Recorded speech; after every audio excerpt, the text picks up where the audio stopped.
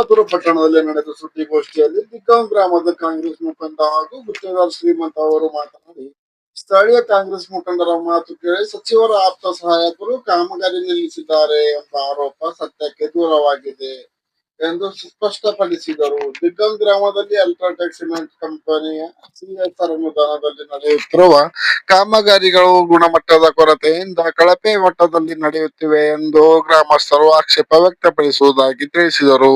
ಈ ಹಿನ್ನೆಲೆಯಲ್ಲಿ ಕಾಮಗಾರಿಗಳನ್ನು ಗುಣಮಟ್ಟದಿಂದ ನಡೆಸಬೇಕು ಎನ್ನುವುದು ಗ್ರಾಮಸ್ಥರ ಆಗ್ರಹವಾಗಿದ್ದು, ಇದರಲ್ಲಿ ಕಾಂಗ್ರೆಸ್ ಮುಖಂಡರು ಅಥವಾ ಸಚಿವರ ಆಪ್ತ ಸಹಾಯಕರಿಗೆ ಯಾವುದೇ ರೀತಿಯ ಸಂಬಂಧ ಇಲ್ಲ ಎಂದು ಅವರು ಹೇಳಿದರು. ಉಪಸ್ಥಿತರಿದ್ದವರು ಮಲ್ಲಿನಾಥ್ ಪಾಟೀಲ್, ಸುಭಾಷ್ ಚಂದ್ರ ಪವಾರ್, ಜಗನ್ನಾಥ್ ಸೀದಾ, ಜಗನ್ನಾಥ್ ಇಟ್ಗ, ಮಲ್ಲಿನಾಥ್ ಕುಕ್ನೂರ್ ಹಾಗೂ ಇತರರು ಉಪಸ್ಥಿತರಿದ್ದರು.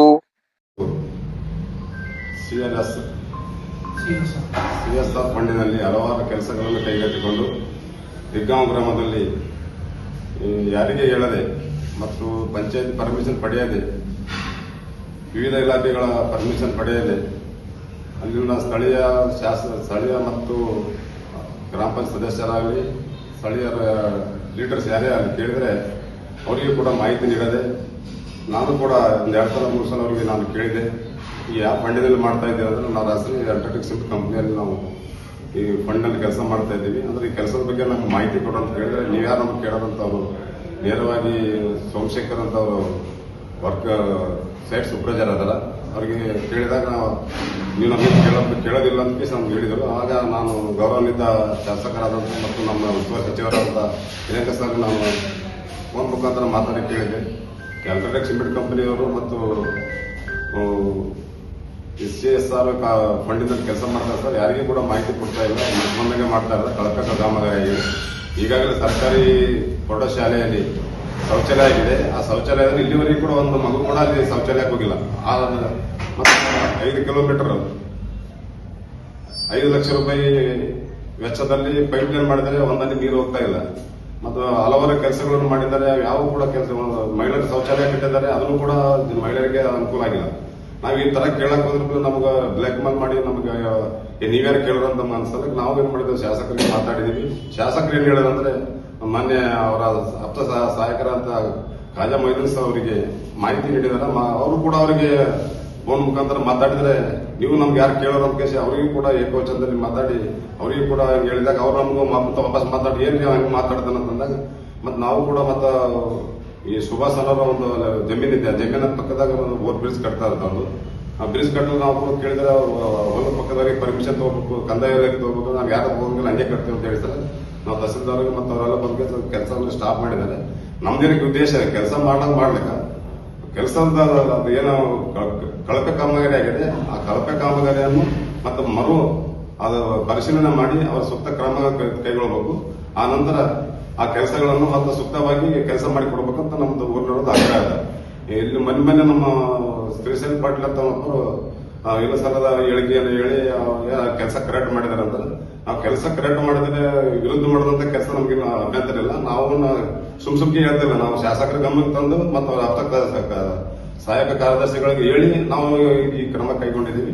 ಇದರಲ್ಲಿ ಯಾವುದಿಲ್ಲ, ಒಳ್ಳೆ ಕೆಲಸ ಮಾಡಿದ್ರೆ ನಮ್ದು ಸಹಕಾರ ಇದೆ. ಆ ಕೆಲಸ ಎಲ್ಲನೂ ಕೂಡ ನಮ್ಮ ಫೋಟೋಗಳು ನಾವು ಫೋಟೋಗಳು ಹಾಕಿವಿ, ನೀವು ಫೋಟೋನು ಹಾಕ್ತೀವಿ. ಆದ್ರೆ ಯಾವುದೂ ಕೂಡ ಕಾಮಗಾರಿಗಳು ಕೂಡ ಕಳಪೆ ಆಗಿದೆ, ಅದಕ್ಕೆ ಶಾಸಕರ ಗಮನಕ್ಕೂ ಇಲ್ಲ. ಅದಕ್ಕಾಗಿ ಅದು ಆ ಕೆಲಸವನ್ನು ಸೂಕ್ತ ಕ್ರಮ ಕೈಗೊಂಡು ಮುಂದಿನ ಒಳ್ಳೆಯ ಕೆಲಸಗಳು ಆಗ್ಬೇಕಂತ ನಮ್ದು ಅಭಿಪ್ರಾಯ ಇದೆ.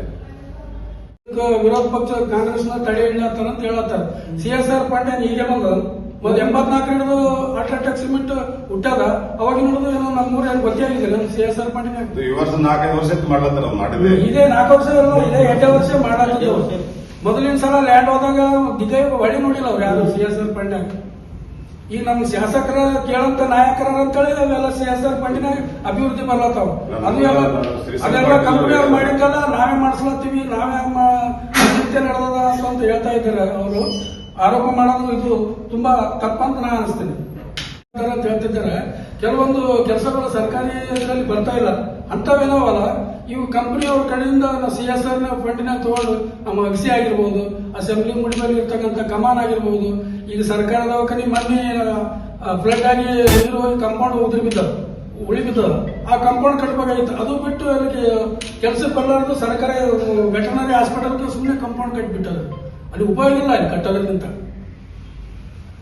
ಅದು ಸಿಕ್ಕಲ್ಲೇ ಈಗ ಅಲ್ಲಿ ಹಳ್ಳದ ನೀರು ಬರ್ತಾವ, ಆರೋ ಪ್ಲಾಂಟ್ ಹಾಕಂತಾರೆ. ಅಲ್ಲಿ ಮಳೆಗಾಲ ಬಂತ ಮಳ್ಕಲ್ ನೀರು ಬರ್ತಾವ. ಈಗ ಇನ್ನೊಂದು ಶೌಚಾಲಯ ಕಟ್ಟಿದ್ದಾರೆ ಅಲ್ಲಿ, ಇನ್ನೂ ತನ ಒಬ್ರು ಯಾರು ಶೌಚಾಲಯ ಹೋಗಿಲ್ಲ. ಅಲ್ಲಿ ಡೋರ್ಗಳು ಸಹಿತ ಉಳಿದಿಲ್ಲ. ಅಲ್ಲಿ ಬ್ಯಾಡ ಅಂತ ಜಾಗದಾಗ ಮಾಡೋರು. ಅದಕ್ಕೆ ನಾವು ಮಾಹಿತಿ ಕೊಟ್ಟರಿ, ಮಾಹಿತಿ ಕೊಡ್ಬೇಕು. ಸರ್ಕಾರ ಅನುದಾನದಲ್ಲಿ ಇಲ್ಲಿ ಖಾಲಿ ಏನಂತಂದ್ರೆ ಗ್ರಾಮ ಪಂಚಾಯತಿ ಸದಸ್ಯರು ಅವ್ರಿಗೆ ಮಾಹಿತಿ ನೀಡ್ಲಾರ ಸಲಕ್ಕೆ ಮಾಡ್ಲಾರ ಸಲಕ್ಕೆ ಅಷ್ಟೇ ಅವರು ಕಳಪೆ ಕಾಮಗಾರಿಗೆ ಕೊಟ್ಟಾರೆ. ಅಂದ್ರೆ ಪ್ರಿಯಾಂಕ ಖರ್ಗೆ ಆಪ್ತರ ಇದ್ರಾಗ ಮತ್ತು ಕಾಂಗ್ರೆಸ್ ಕಾರ್ಯಕರ್ತರು ಯಾರು ಮುಖಂಡರು ಗಮನನೇ ಇಲ್ಲ. ಯಾರು ನಮ್ಮ ಈ ಲೀಡರ್ಗಳು ಯಾರನ್ನ ಅಲ್ಲಿ ಹೋಗಿಲ್ಲ. ಈ ಮೊಯಿನ್ ಖಾನ್ ಇದು ನಮಗೆ ತಡೆ ಹಿಡ್ದಾರ ಅಂತ ಹೇಳ್ತಾರೆ. ಧ್ವನಿ ಜನರ ನಂಬಿಕೆ. ಇದು ನಿಮ್ಮ AS 32 ಕನ್ನಡ ನ್ಯೂಸ್. ರಾಜ್ಯ, ದೇಶ ಹಾಗೂ ಸ್ಥಳೀಯ ಸುದ್ದಿಗಳನ್ನು ವೇಗವಾಗಿ ಮತ್ತು ನಿಖರವಾಗಿ ನಿಮ್ಮ ಮುಂದೆ ತರುವ ವಿಶ್ವಾಸಾರ್ಹ ಸುದ್ದಿವಾಹಿನಿ. ನೋಡಿ AS 32 ಕನ್ನಡ ನ್ಯೂಸ್. ನಮ್ಮ ಚಾನೆಲ್ಗೆ ಲೈಕ್ ಮಾಡಿ, ಸಬ್ಸ್ಕ್ರೈಬ್ ಮಾಡಿ ಮತ್ತು ಶೇರ್ ಮಾಡಿ.